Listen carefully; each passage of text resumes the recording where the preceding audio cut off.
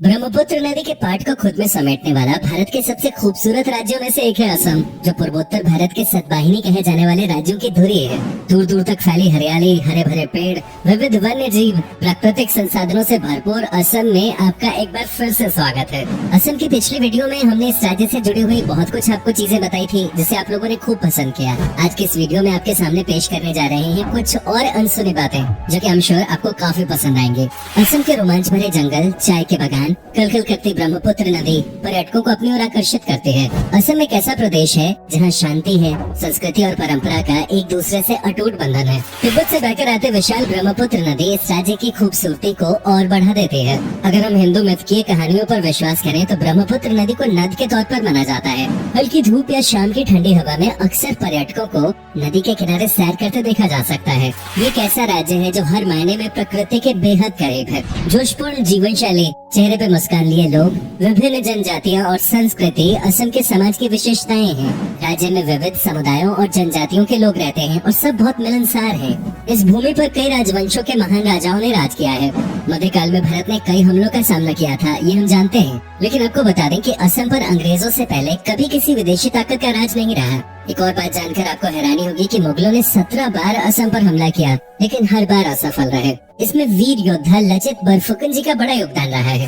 दोस्तों, क्या आपने ये सुना है कि पक्षी भी आत्महत्या करते हैं? अगर नहीं तो ये जगह आपको असम में दिखाई दे जाएगी। असम के जातिंगा नामक जगह को एक रहस्यमयी जगह के तौर पर जाना जाता है, जहाँ हर साल सैकड़ों की संख्या में पक्षी तेज रफ्तार से आते हैं और पेड़ों, इमारतों से टकराकर खुद की जान ले लेते हैं। हैरानी की बात तो यह है कि ये गुत्थी अब तक वैज्ञानिक भी नहीं सुलझा सके हैं। क्या आपको पता है, देश के दूसरे राज्यों के इतर असम राज्य का अपना अलग राज्य गान है।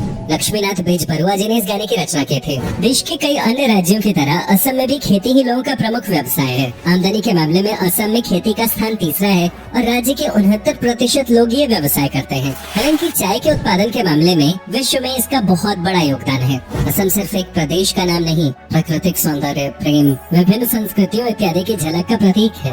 मेलों और त्योहारों का राज्य है ये।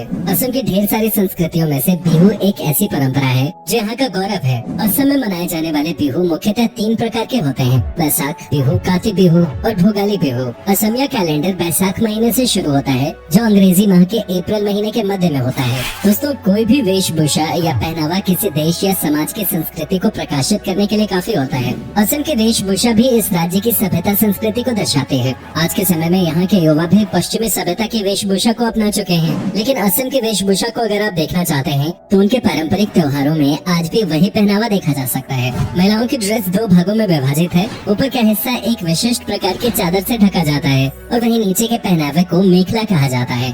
पुरुषों के पहनावे में ऊपर कुर्ता और नीचे धोती होती है। इसके साथ ही वो लोग गले में गामोसा भेजते हैं, जो केवल एक कपड़े का टुकड़ा नहीं बल्कि असम की अनुभूति तथा जातिगत सम्मान और स्वाभिमान का हिस्सा है। असम में लुभावने नजारों के अलावा जो चीज सबसे अधिक आकर्षित करती है वो है वहाँ का खाना। यहाँ के खाने का स्वाद एकदम अलग है, जो आपको पूरे देश में कहीं और नहीं मिलेगा। खास तौर से यहाँ के नॉन-वेज फूड का कोई मुकाबला नहीं। साथ ही यहाँ आपको स्वादिष्ट पोर्क, चिकन, बतख और मटन के कई व्यंजनों का स्वाद चखने को मिलेगा।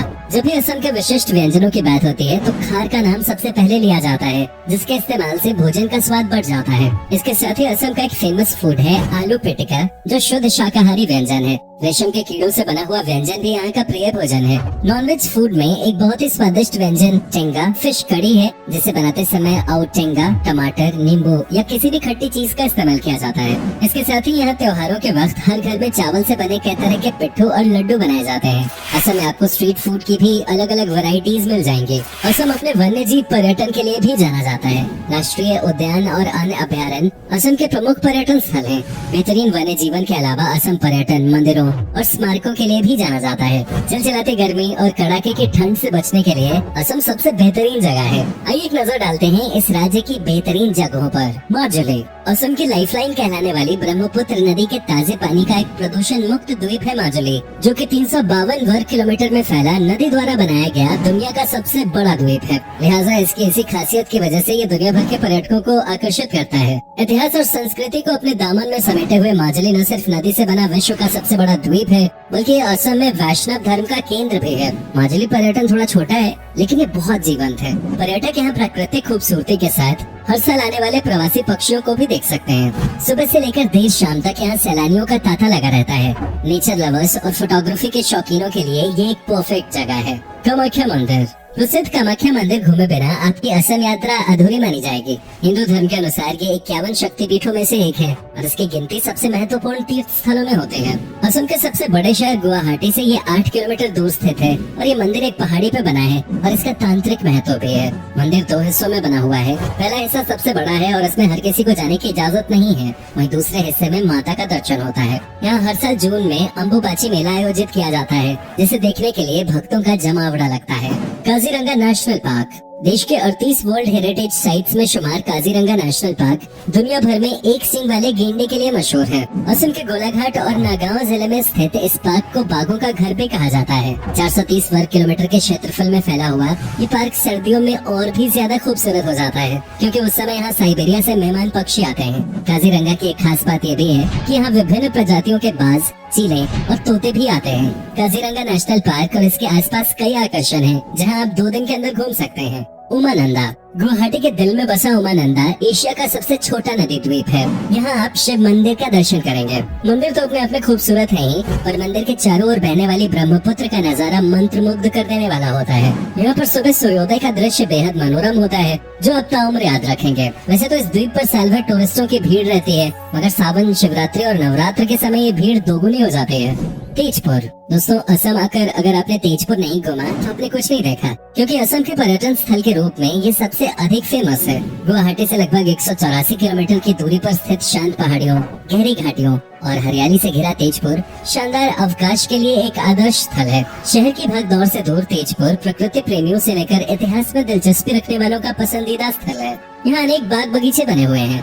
शिव सागर। शिव सागर अपने इतिहास और अपनी संस्कृति के कारण पर्यटकों को आकर्षित करता है। चूँकि ये शहर लंबे समय तक अहोम की राजधानी रहा, इसलिए शिव सागर में महान अहोम शासकों की कई निशानियां देखी जा सकती हैं। ये शहर करीब 100 साल तक अहोम साम्राज्य की राजधानी था, जिससे इसका विशेष ऐतिहासिक महत्व भी है। इसके साथ ही यहाँ ढेरों तेल और चाय के बागान हैं। शिवडौल, तलातल घर, करेंग घर, गरगांव महल आदि शहर के कुछ खास आकर्षणों में से है। अगर आप शिव सागर घूम रहे हैं तो रंग घर नामक नाच घर को देखना न भूलें।